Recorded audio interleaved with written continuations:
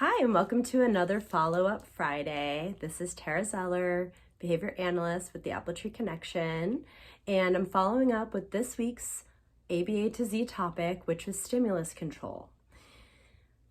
To talk about stimulus control from a parenting perspective or from an educator's perspective, I thought I would point out why it's such an important concept and how the transfer of stimulus control leads to independence of our children and of our learners.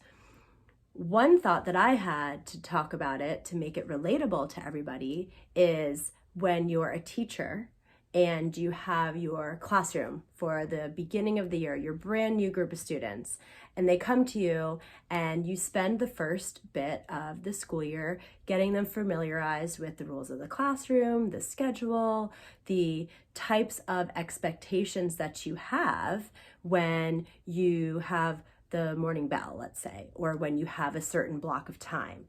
And you spend a lot of time doing prompting and reminding in the beginning, and then eventually you see that your classroom is just working along, going along. Things are trucking along and your students are looking for those clues on their own and you're not necessarily having to prompt them.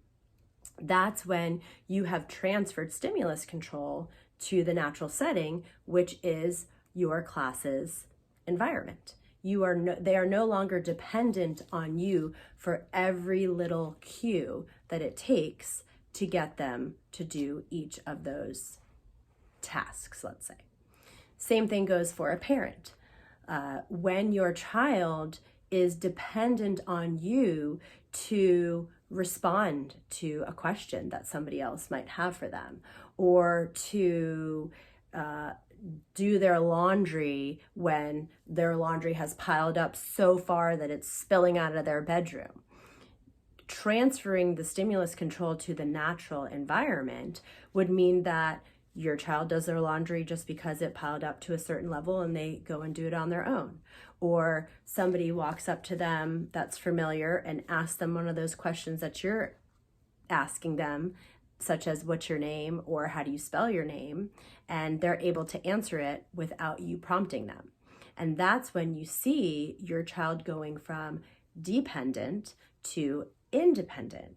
And that is what we call transferring stimulus control to the natural environment. Just think about that. If you have your young child, your young toddler, and they will only answer questions when you ask them, think about the detriment to their ability to be independent when they are going to school. How are they going to answer questions that the teacher asks them? This concept I can go on and on and on about, and the importance of being aware of.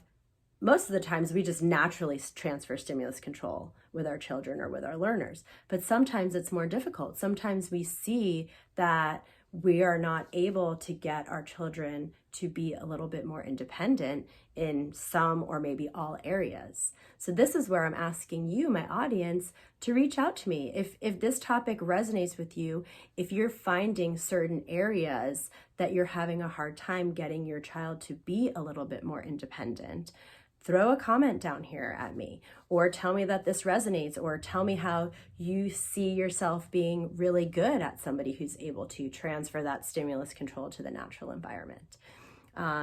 But I hope that these little follow-up tips are helping. I hope that they're piquing your curiosity and they're making you think about how your behavior affects your children's behavior or affects your learner's behavior. Hope everybody's having a great day, and I look forward to the next time I get to see you on here.